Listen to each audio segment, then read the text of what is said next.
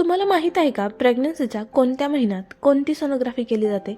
म्हणजेच सोनोग्राफीचे प्रकार कोणते?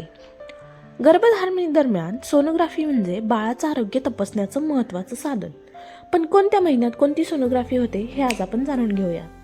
सगळ्यात पहिली सोनोग्राफी ही 6 ते 9 आठवड्यांदरम्यान केली जाते. यामध्ये बाळाच्या हृदयाची धडधड किंवा बाळाचे हार्टबीट आणि प्रेग्नन्सी नीट आहे का, म्हणजे गर्भपिशवीतच प्रेग्नन्सी आहे की ट्यूब्समध्ये वगैरे आहे, सो हे चेक केलं जातं. याला डेटिंग स्कॅनही म्हणतात. तसंच दुसरं म्हणजे एंटी स्कॅन, जे की 11 ते 14 आठवड्यांदरम्यान म्हणजेच 3ऱ्या महिन्यात केली जातं. त्यामध्ये डाऊन सिंड्रोम किंवा जेनेटिक काही समस्या आहेत का हे तपासायला हे स्कॅन केलं जातं. तसंच तिसरं आहे ॲनोमली स्कॅन. हे 5व्या महिन्यामध्ये केलं जातं, म्हणजेच 18 ते 22 आठवड्यांदरम्यान हे स्कॅन केलं जातं. त्यामध्ये बाळाचे सर्व अवयव नीट विकसित झाले आहेत का, सो हे तपासतात. तसंच चौथं आहे ग्रोथ स्कॅन, जे की 28 आठवड्यांपासून केलं जातं. त्यामध्ये बाळाचं वजन, पाणी, ब्लड फ्लो आणि बाळाची वाढ नीट आहे का ते पाहण्यासाठी केलं जातं.